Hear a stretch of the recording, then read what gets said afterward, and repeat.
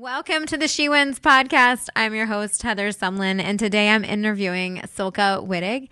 Silke is a nosework handler. She is originally from Germany, and she immigrated to the United States just about 20 years ago.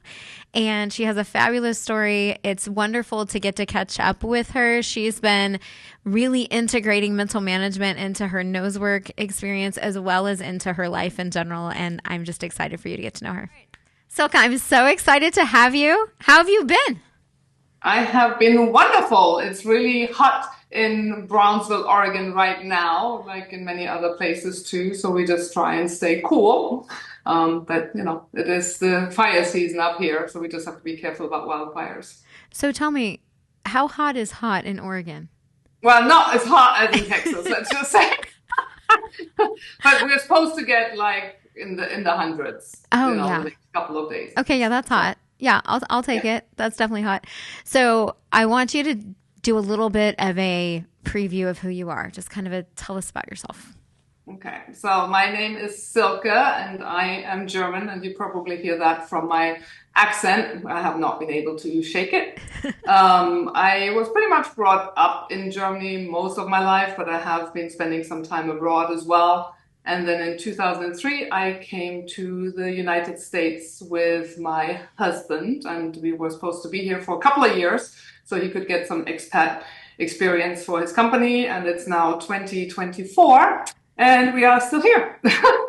So we were, initially we came to Ohio. We were there for a couple of years, and Indiana for 3, Pennsylvania for 10, Georgia for 3, and now we're in Oregon. And I'm really hoping that we'll stay here for a while.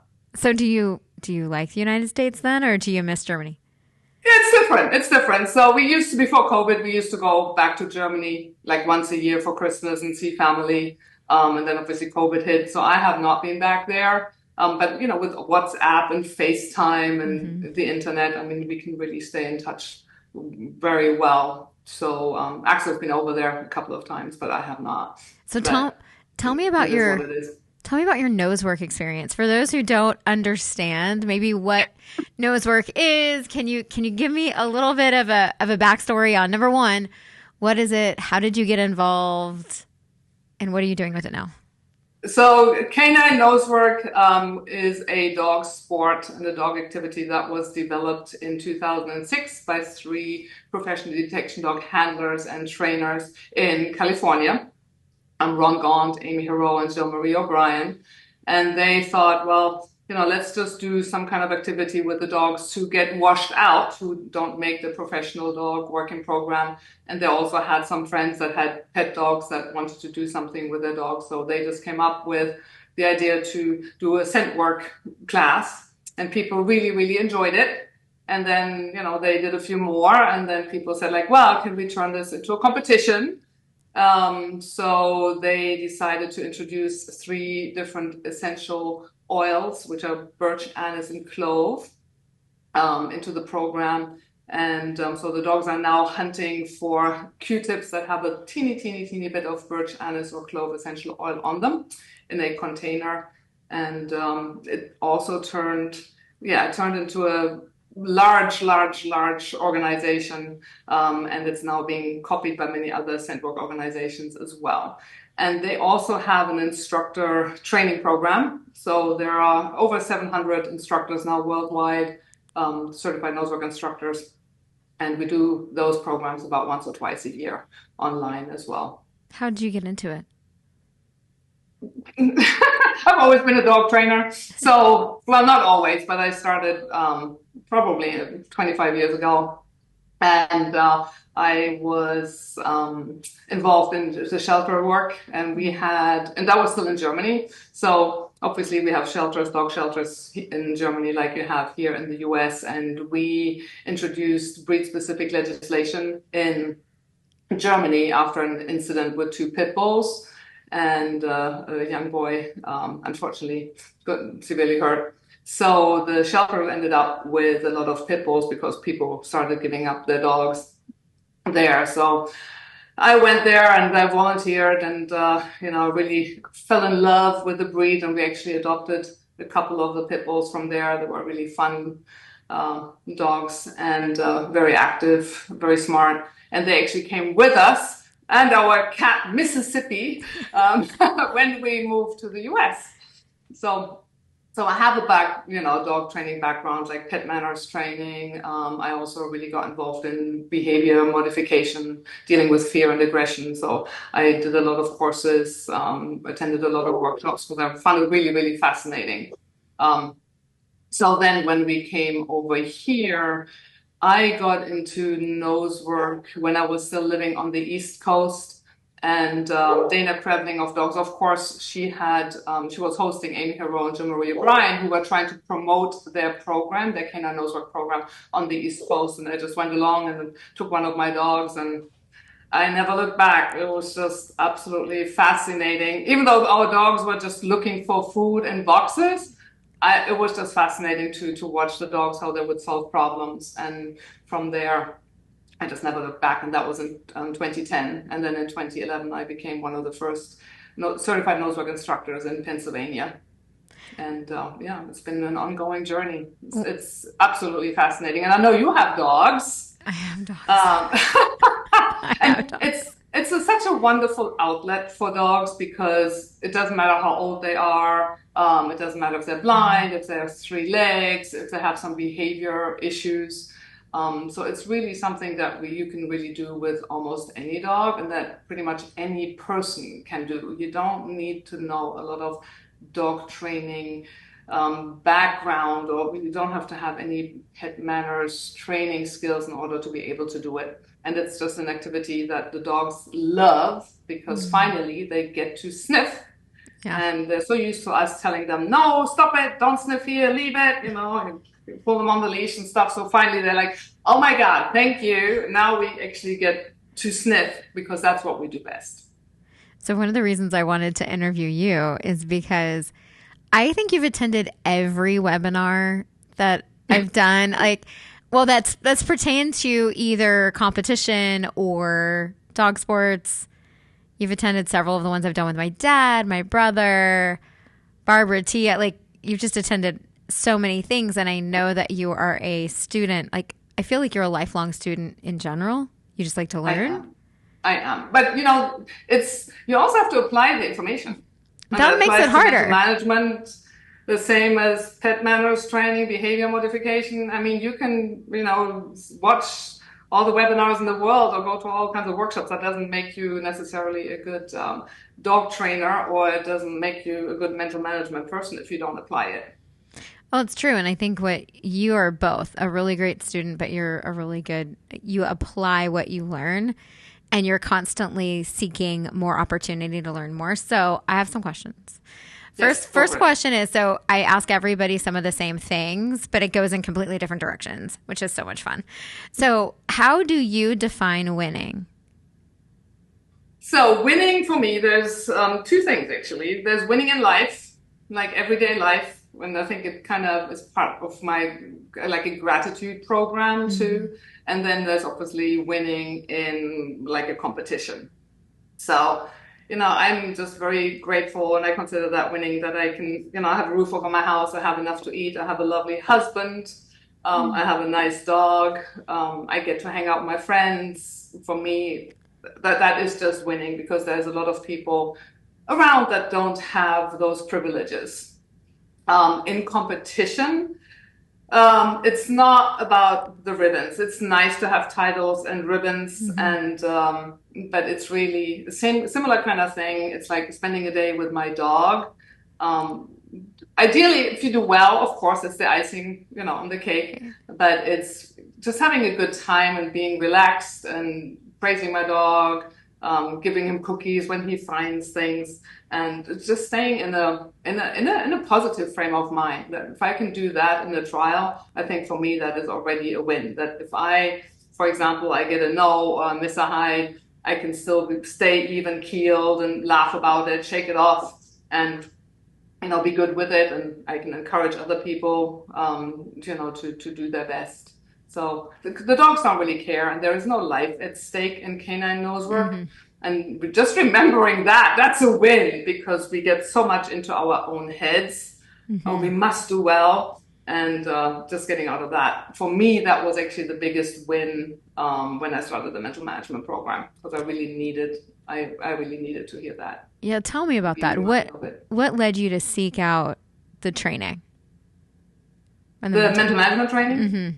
The mental management training. So I had seen Tia at a nosework camp in Pennsylvania. That was quite a few years ago. And I thought it was just like maybe a half an hour talk that she did on mental management. I thought like, oh, that looks kind of interesting. And I bought the book by Lanny and I read it and I was like, doesn't make any sense to me. It's just, it was because it was just so winning and competition and being on top, and that's just not me. So I bought the book and I put it away, and I think I actually gave it away at some point. So I've never been a very competitive person. We don't have the same, I think, culture in Germany than you have in the US, because you're really brought up with competition from a very young age. We do have competitions in Germany, but not to that extent. But obviously as an instructor and really getting into nosework and loving nosework, I did kind of feel I needed to compete to just, kind of see what my students were also going through. And for sure, I think people or students look upon people that have titles differently than the instructors maybe that don't have titles. And it's, you don't have to have a title on your dog to be an excellent instructor, and you can have lots of titles on your dog and not be an excellent instructor. Right. So anyway, so I had competed with my two previous dogs. I started competing with Snap, my 9-year-old pit bull now, and I was just feeling I'm just not enjoying it. I'm just not. I felt, maybe part of it was imposter syndrome. Like, well, should I even be here? And what if I don't do well? Everybody's gonna judge me. And then there was a lot of travel involved too, because depending on where you live, there aren't that many trials available. So you have to drive 7-8 hours, you stay in a hotel, then you go to a trial. So it was pretty involved. So when my husband moved from Georgia to Oregon, I was still in Georgia and I was renting a little cabin in the woods. And I thought like, well, I need to make a decision here. Either I'm just going to stop competing entirely, which I was okay with, or I just need to change my mindset and see, can I successfully compete? And with success, I don't necessarily mean titling. So, and I had known Tia for a long time, and I knew she was a certified instructor, mental management instructor. So I contacted her. So we did the program one-on-one online. And I really loved that because it was just specific to me. I mean, obviously the program is the same all over the board, but I felt I needed the more personalized coaching, right. Not feeling so vulnerable in front of a big group. So she was super, super helpful. And of course she said, well, you have to do a directive affirmation. Well, there's a journal. So much to and it. I'm like, you know what? I'm just going to go for it. And if it works, great. And if not, no harm done. So I did decide to really immerse myself in the program. And obviously I did, 4 or 5 of your webinars and, did the directive affirmation. I did the journal, and it's been amazingly helpful. So I did not expect the results that I'm actually getting. That's really cool too, because I think you can use mental management for absolutely anything in life. And even when you're talking about how you define winning, I have a feeling you define it differently now after taking the training than you may have before. I'm not sure if that's true, but possibly. Well, I think, when we hear winning, we always think, okay, you have to come out on top, right? You have to get the title, you have to get the points and stuff like that. And, you in nosework and other dog sports, you have a team member. You don't sometimes know who shows up. I mean, my dog doesn't always know who shows up on the trial day and vice versa. So I think, with winning in mind, the program it's just about this one person. It's just about you. And so I felt like some of it was a little bit harder to apply to, because you always have to keep, the whole team in mind. So, and consider the team. There are some people that don't have trial nerves, right? And there are some dogs that they can go anywhere at any time and they're just super, super solid dogs. But oftentimes that's not the case. Oftentimes either it's the handler that is a little bit, struggling, or it might be the dog that is a little bit struggling. So for each team, winning means something else. For me, winning was I got in the right headspace. My dog was already there. I mean, I have a super solid dog. I was very lucky. And I've put in the work, that too. So it's not all about him. But for me, it was like I can actually be in a good headspace now and enjoy a trial and, talk to people and just take it in my stride and not, feel like, worried like several days in advance before a trial and fret about it. So that's for me is winning. And then going home with my dog and loving him and kissing him and, having had a good day.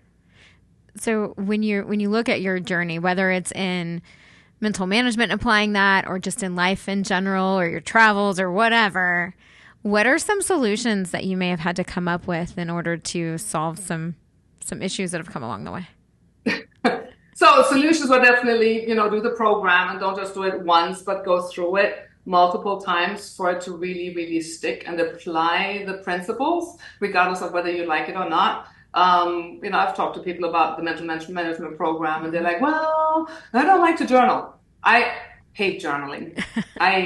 But guess what? I made myself do it. After each training session and after each trial, I sat down and wrote it by hand. And boy, that was hard work. But it really, really, really paid off because especially the way it's set up, when you talk about, hey, what did I do well and what did I learn?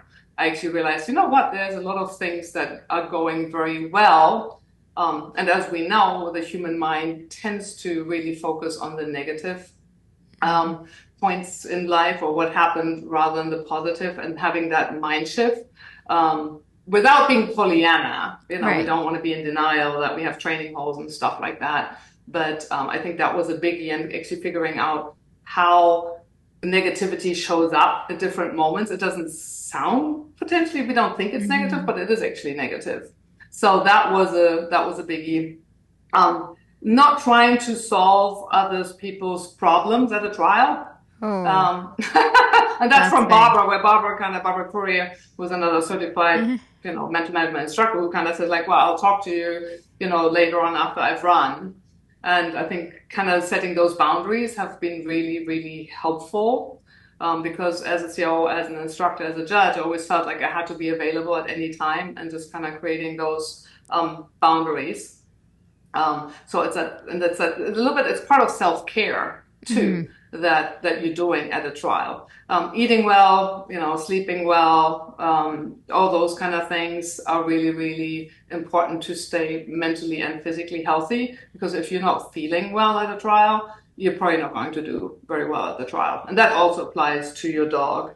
Track your progress.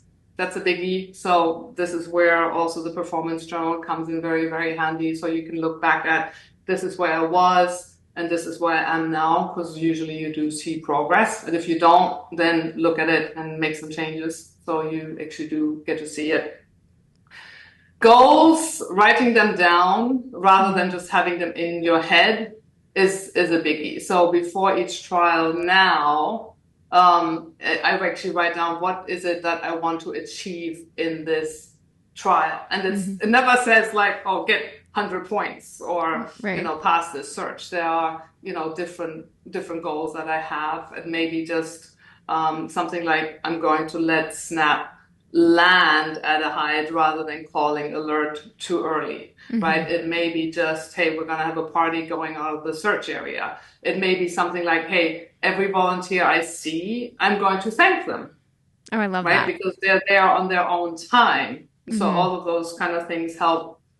Having a support group, and it's really, really important. I have some Facebook groups of students and instructors that are all very supportive, and we support each other, so you don't feel all alone.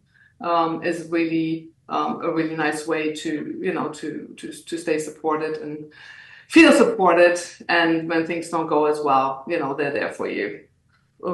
Anything else that I have? I have a long list. I know you have a long. Well, some of them we can save for the Patreon channel because yes, go ahead. Yeah, sorry, I'm just you sometimes have to kind of cut me off. I think but there's so much opportunity to spend time talking to handlers specifically in the Patreon. So if you're not a Patreon member, you need to join the Patreon membership because I'm gonna pick Silke's brain a little bit more. But I have one more question for you before we end the podcast. And I loved what you said. You had written out some things for me in advance, and I'd asked your defining moment. You know, what is a defining moment in your life? And so I want you to tell me your story about a defining moment in your life, and just give us that backstory.